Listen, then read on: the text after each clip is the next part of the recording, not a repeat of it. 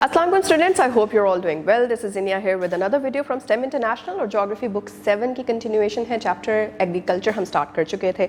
Agriculture की हमने starting भी जो है वो कंप्लीट कर ली थी. Coming from the concept what agriculture is, कहाँ से ये सारी की सारी different types of agriculture they spring from और उससे किस तरह से हम बेनिफिट उठा सकते हैं. Moreover we also kind of covered के पाकिस्तान में किस तरह से एग्रीकल्चर जो है उसकी इकोनॉमिक इंपॉर्टेंस इस्टेब्लिश होती है एंड मोर ओवर किस किस पर्टिकुलर डोमेन में एग्रीकल्चर हमें इकोनॉमिकली स्ट्रॉन्ग करता है. In this particular video what are we going to explore is what are rabi crops and what are kharif crops. जनाब, दो तरह के डिफरेंट क्रॉप्स हैं जो कि उगाई जाती हैं और द डिफरेंस इज बेसिकली कि कौन से particular time of period in the year उनको उगाया जा रहा है और what particular type of that crop is. तो this difference is basically what is categorised as either rabi crops और as kharif crop. Now we come towards the book और book में आप देख सकते हैं ऑन पेज नंबर 58 एक तो डिस्ट्रीब्यूशन ऑफ लैंड फॉर्म्स आपको प्रोवाइडेड है. उस लैंड फॉर्म्स के अंदर आप देख रहे हैं कि किस तरह से various types of rabi crops जो हैं वो दिख रही हैं आपको. KPK में, पंजाब में, सिंध में, बलूचिस्तान में डिफरेंट टाइप्स हैं और वो डिफरेंट टाइप्स कहाँ पे ज़्यादा उगाई जाती हैं. For example wheat, barley, grams, oil seeds, ये जो है ये डिफरेंट टाइप्स हैं रबी क्रॉप्स की. आपका अनियन, आपके ग्रीन पीस, ये सारे के सारे डिफरेंट जो हैं वो सब की सब रबी क्रॉप्स होती हैं. इनकी स्पेसिफिकेशन क्या है कि ये सर्दियों में जो है वो बोई जाती हैं. That is the months from October till दिसंबर और उसके बाद फिर इनकी हार्वेस्टेशन जो है वो अप्रैल से लेकर जून तक होती है. So as you can see from this particular map also कि बलूचिस्तान में आपको वीट और अनियन जो है वो सबसे ज़्यादा यहाँ पे उगाया हुआ मिलता है, जबकि KPK, पंजाब और सिंध की बात करें तो अदर देन अनियन आपको बार्ले है, वीट है, चिकपी है, मस्टर्ड है, ये सारी चीज़ें यहाँ पे उगती हुई मिलती हैं. On the next page, on page number 59, you can see there is another map provided और उस map के अंदर खारिफ क्रॉप्स सारी की सारी जो है वो आपको दिखाई जा रही हैं. The difference again lies इनके कौन से particular month के अंदर इसको बोया जाता है और फिर इसको हार्वेस्ट किया जाता है. So from as given in the book as well, monsoon season में इसको बोया जाता है जो कि अराउंड जून है और फिर इसकी हार्वेस्टेशन जो है वो सितंबर से लेके अक्टूबर तक होती है. और फिर उसके बाद if you kind of combine both of them तो आप देखेंगे अक्टूबर के बाद फिर रबी क्रॉप्स की जो है वो सोइंग होती है. So this is how alternatively आपकी रबी और खरीफ क्रॉप्स को बोया जाता है और हार्वेस्ट किया जाता है. And in this particular given map you can see कि कितनी ढेर सारी ये खरीफ क्रॉप्स हैं. राइस है, मेज़ है, पल्सेस हैं, सोरगम है, कॉटन है और ढेर सारी चीज़ें. शुगर केन भी इसके अंदर आ जाता है. All of these are basically what can be found in various regions of the country. And as you can see ढेर सारा एरिया है, पूरा का पूरा पाकिस्तान ही, not a single place as such is available जहाँ पे कोई पर्टिकुलर क्रॉप ना उगाई जा रही हो except for a very tiny region जो कि आपको नज़र आ रहा है बलूचिस्तान में on the very extreme left side. और उसके अलावा यू कैन सी कि the entire region of Pakistan is basically somewhere जहाँ पे इतनी ढेर सारी एग्रीकल्चरल एक्टिविटी आपको मिल जाती है. On the very next page you can find more details regarding some और फ्यू ऑफ द क्रॉप्स जो कि आपकी कैश क्रॉप्स बन जाती हैं या फिर वो क्रॉप्स जो कि आपको आपकी जो इंटरनल रिक्वायरमेंट है खाने की उसको पूरा करने में मदद देती हैं. Now for example the first one is rice. Rice जो है स्टेपल फूड अगैन जो आपको इंटरनली इस्तेमाल किया जाता है या इंटरनल रिक्वायरमेंट होती है खाने की, उसको फूड स्टेपल फूड कहते हैं. और जो आप बेच सकते हैं एज एन एक्सपोर्ट प्रोडक्ट उसको आप कैश क्रॉप कहते हैं. तो राइस सर्व्स एज बोथ, एक तो staple food and the second is cash crop. अब इसकी कैटेगराइजेशन खारिफ होती है. क्यों? क्योंकि अगैन उसकी कल्टिवेशन कौन से महीनों में हो रही है as is told and as is provided कि मानसून सीजन के अंदर अराउंड जून जो है वो इसकी हार्वेस्टेशन हो जाती है. That is early summer months. अब यहाँ पे पाकिस्तान में स्पेशली जो है आपको बासमती राइस ये टाइप है राइस की जो कि आपको यहाँ पे स्पेशली मिलती है. एशियन कॉन्टिनेंट के अंदर ये जो है वो ज़्यादा उगता है और फिर ये पूरी दुनिया में जो है वो अपनी क्वालिटी, टेस्ट और फ्रेग्रेंस की बेसिस के ऊपर एक्सपोर्ट किया जाता है. फेवरेबल कंडीशंस क्या होती हैं इस पर्टिकुलर टाइप ऑफ राइस की ग्रोथ के लिए? तो एक बहुत ही कॉमन चीज़ है, राइस किसी भी टाइप का हो उसको हॉट और ह्यूमिड क्लाइमेट चाहिए होता है. ट्रॉपिकल प्लांट है और हम ये पहले भी पिछली बुक में भी पढ़ चुके हैं कि ट्रॉपिकल बेसिकली रीजन कौन सा बन रहा है जो आपके इक्वेटर के ऊपर या नीचे 30 डिग्री सेल्सियस तक की बेल्ट बनती है. And then the cultivation season typically spans 4 to 6 months, मतलब 4 से 6 महीने के अंदर अंदर जो है ये उगता है, ये कल्टिवेट होता है। टेम्परेचर इसका देख लें कितना हाई है, that is 70 to 80 degrees Fahrenheit. और पाकिस्तान में this is the only crop which is typically cultivated annually, that is कि हर साल जो है वो इसको उगाया जाता है। पानी की मिकदार इसको बहुत ढेर सारी चाहिए, इसलिए इसको वाटर इंटेंसिव प्लांट कहा जाता है। इसकी वजह से जो हमने एक और चीज़ पढ़ी थी अभी पिछले चैप्टर में ही, जिसके अंदर हमने ये देखा था कि ग्राउंड वाटर जो है वो किस तरह से डिप्लीट हो रहा है। सो इरिगेशन के लिए जो है over pumping is required, abundant water source is required, and this is one of the reasons whereby आपका ग्राउंड वाटर भी इफेक्ट होता है। Moreover, यहाँ पे इरिगेशन के अलावा रेनफॉल पे भी जो है वो डिपेंड किया जाता है, और रेनफॉल एवरेज जो है वो ज़्यादा होनी चाहिए in order for rice to grow in the various regions, जो कि आपने पिछले मैप्स में देखे कि कहाँ कहाँ पे राइस ग्रो कर रहा है। सो देयरफॉर राइस की ओवरऑल बात करें तो it heavily relies on irrigation systems, जैसे कि कनाल हैं या फिर ट्यूब वेल्स हैं। फिर आ जाती है दूसरी इसकी जो प्री रिक्वायरमेंट है, वो है आपकी सॉयल। सॉयल किस तरह की होनी चाहिए हम ये भी पढ़ चुके हैं। सॉयल की डिफरेंट टाइप्स होते हैं, कमिंग फ्रॉम दी एस्पेक्ट के जी डिफरेंट टाइप्स ऑफ रॉक्स होते हैं, डिफरेंट टाइप्स ऑफ जो है सेडिमेंटेशंस होती हैं, और उसकी बेसिस के ऊपर आपकी सॉयल जगह जगह जो है वो डिफर करती है फ्रॉम वन अनदर।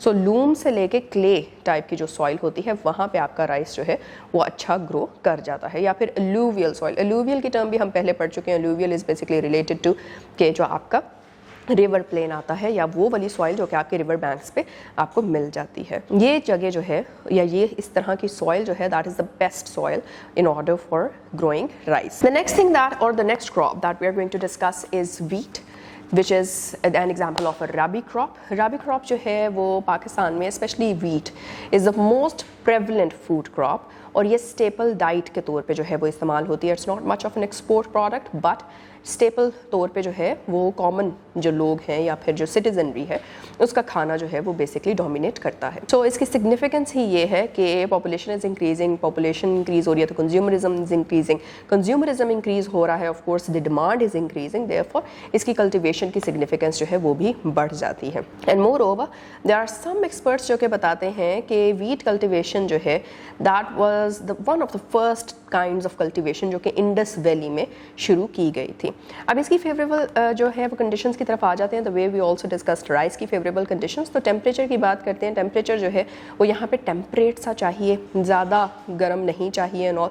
देयरफॉर जो है वो विंटर क्रॉप के तौर पे जो है वो इसको उगाया जाता है अक्टूबर और नवंबर के महीनों में। आइडियल टेम्परेचर इसका कंपैरेटिव टू जो राइस जो है वो कम है, आप देख रहे हैं 50 to 60 डिग्रीज फ़ारेनहाइट है, जबकि राइस के लिए आपने देखा था 70 to 80 डिग्री फ़ारेनहाइट। फिर उसके बाद आपके पास आ जाता है पानी की मिकदार कितनी चाहिए। तो पानी मेनली इरिगेशन के ऊपर डिपेंड करती है। क्यों? अगैन पाकिस्तान में फिर रेनफॉल जो है वो कंपैरेटिवली कम है, देयरफॉर आपको जो है वो कनाल सिस्टम्स के ऊपर डिपेंड करना पड़ता है या फिर ओवर पंपिंग के ऊपर जो है वो डिपेंड करना पड़ता है। वीट क्रॉप्स पाकिस्तान में 3 से 4 दफ़ा जो है वो इरिगेशन साइकिल के थ्रू गुजरते हैं ताकि उनकी वाटर रिक्वायरमेंट जो है वो पूरी हो सके।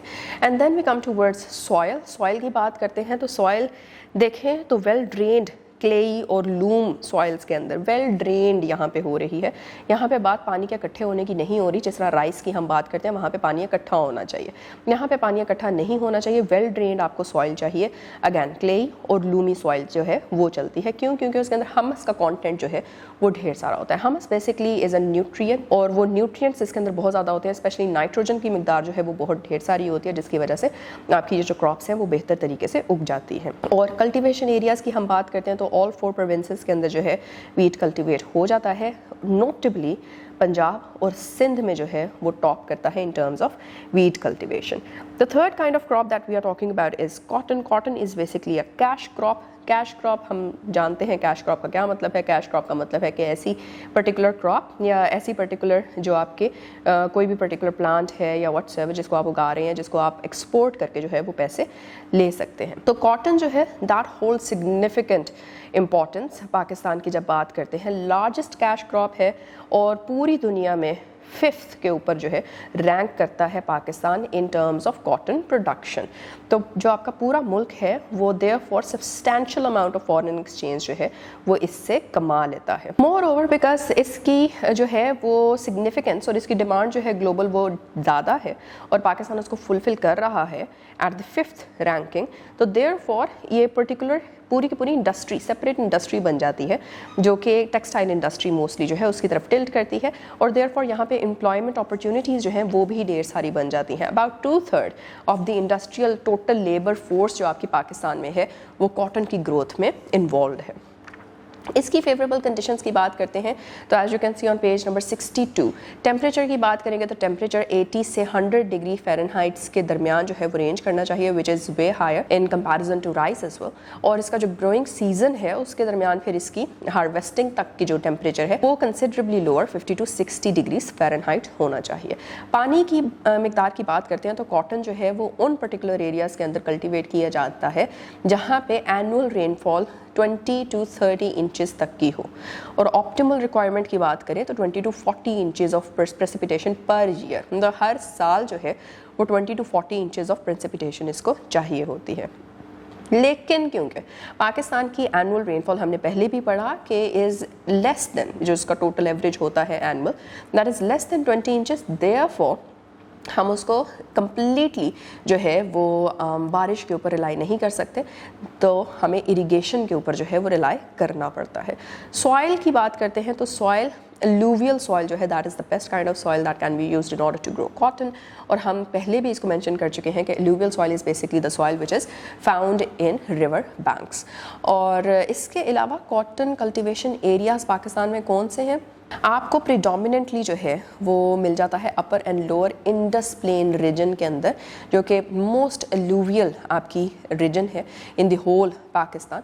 वहाँ पे कॉटन सीड जो है वो सिग्निफिकेंटली बोया भी जाता है और उसके बाय प्रोडक्ट्स भी वहाँ से फिर आफ्टर हार्वेस्टेशन प्रोड्यूस कर लिए जाते हैं। For example raw material primarily जो है वो टेक्सटाइल इंडस्ट्री के लिए यूज़ हो रहा है, लेकिन जो बाय प्रोडक्ट है जो आपका कॉटन सीड है वो बच जाता है पीछे, उसको फिर आप एडिबल ऑयल प्रोड्यूस करने के लिए इस्तेमाल कर सकते हैं। The fourth crop that we are going to discuss is sugarcane that is also provided in your book as you can see in the images as well। Sugarcane जो है again एक कैश क्रॉप के तौर पे पाकिस्तान में उगाई जाती है और ये इंडो पाक सब कॉन्टिनेंट में ही ओरिजिनेट की गई थी।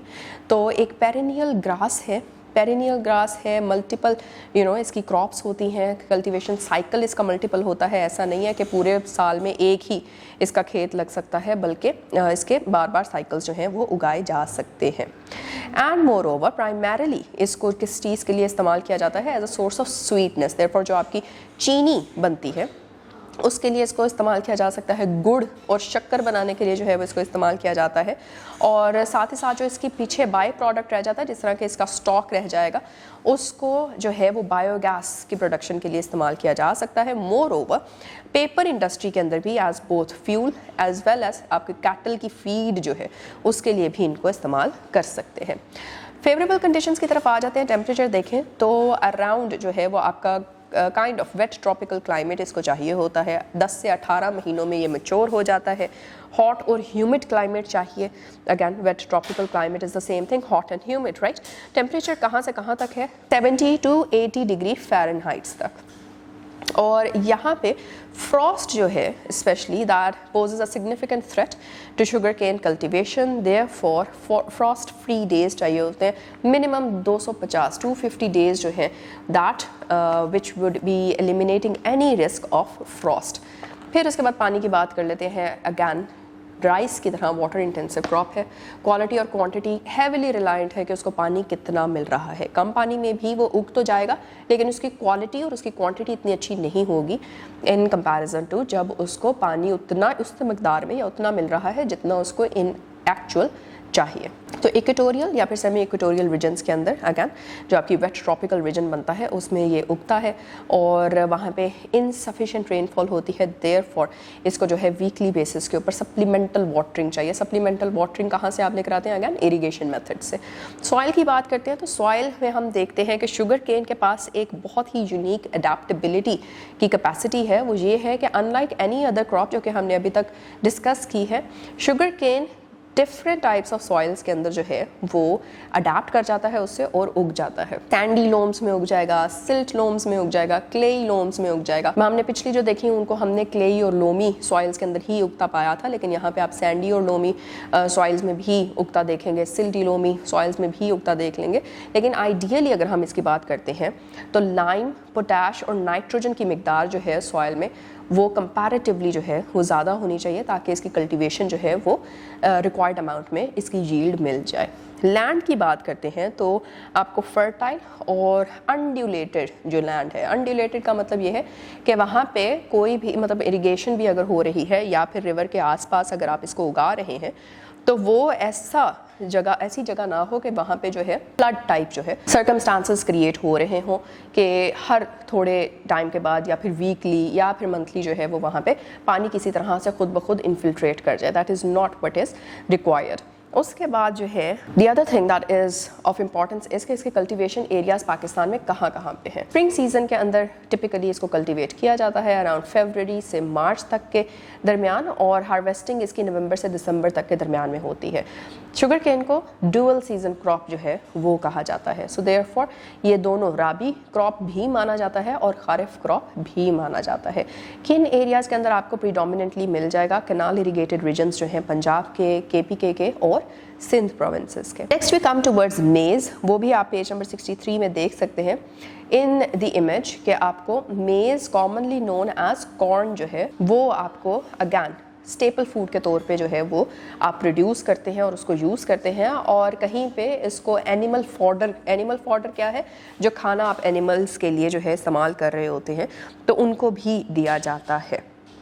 प्राइमरीली खारिफ क्रॉप इसको जो है वो माना जाता है और खारिफ क्रॉप के तौर पे ही इसको उगाया जाता है। पेशावर के प्लेन्स हैं, मर्दान है KPK के अंदर, या फिर साहिवाल, मुजफ्फरगढ़, जंग, बहावलपुर, डेरा गाजी खान, ओकाड़ा, ये लोअर पंजाब के एरियाज़ हैं।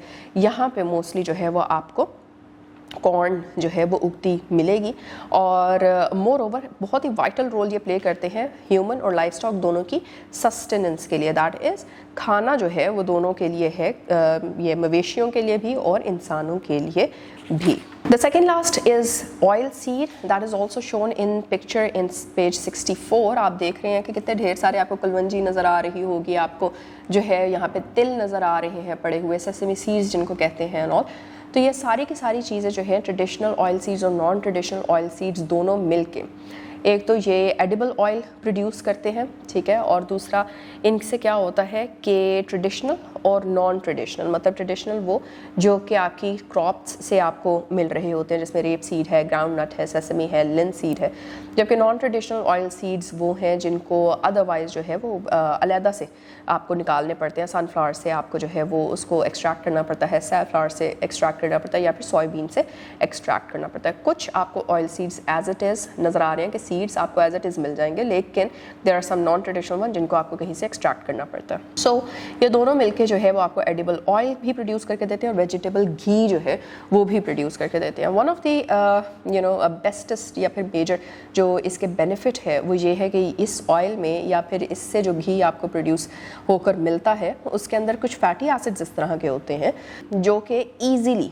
जो है वो डाइजेस्ट हो जाते हैं, और दूसरा आपको कोलेस्ट्रोल जैसे इश्यूज़ और ओबेसिटी जैसे इश्यूज़ और वेट गेन जैसे इश्यूज़ जो हैं वो नहीं होने देते। अच्छा जी, लास्ट हम आ जाते हैं अपनी क्रॉप के ऊपर, तो वो पल्सेस हैं। पल्सेस जिनको हम दालें कहते हैं, राइट, ये पर्टिकुलरली पंजाब और KPK में जो है वो उगाई जाती हैं। थल डेजर्ट जो है आपका जो कि स्पैन करता है across the districts of Jhang, Bhakkar, शाब, मियाँ वाली या फिर लैया, इन एरियाज़ के अंदर जो है वो आपको दालें उगती हुई मिलती हैं। बरानी रीजन जो है जिसके अंदर चकवाल, जेहलम, रावलपिंडी और नारोवाल जैसे डिस्ट्रिक्ट्स आ जाते हैं, वहाँ पे भी आपको दालें जो हैं, फॉर इंस्टेंस चिकपीस हैं, मूंग की दाल जिसे हम कहते हैं, माश की दाल जिसे हम कहते हैं, और वेरियस अदर लेंटिल्स जो कि घरों में पकते हैं आपके भी, तो ये सारी की सारी चीज़ें जो हैं वो इन एरियाज़ में उगती हुई मिलती हैं। डिस्टिंक्ट क्लाइमेट और सॉइल कंडीशंस हैं जो कि आपको उसके रीजन से ही पता चल रहा है कि इतना ज़्यादा पानी उनको नहीं चाहिए, डेजर्ट लाइक कंडीशन के अंदर भी जो है वो उग रही हैं एंड ऑल। तो देयरफॉर इनकी वजह से आपने जो पीछे दो मैप्स देखे तो that is where the significant contribution to the country's agricultural output and diversity जो है वो हम देख पाते हैं। जी तो बच्चों, हम लोगों ने अभी क्या पढ़ा है, दैट इज़ कि हमने डिफरेंट टाइप्स ऑफ क्रॉप्स को देखा। राबी क्रॉप्स होती हैं, खारिफ होती हैं। हमने वो पर्टिकुलर क्रॉप भी देखी है जो कि दोनों कैटेगरीज के अंदर जो है वो फिट हो जाती है, and how all of these different types of crops are basically benefiting us economically as well as food insecurity से बचने के लिए किस तरह से जो है ये हमारे काम आती हैं। So this was about today. We're gonna meet in the next video. Next video में कुछ और details about agriculture. Yes, but till then, take care. Allah Hafiz.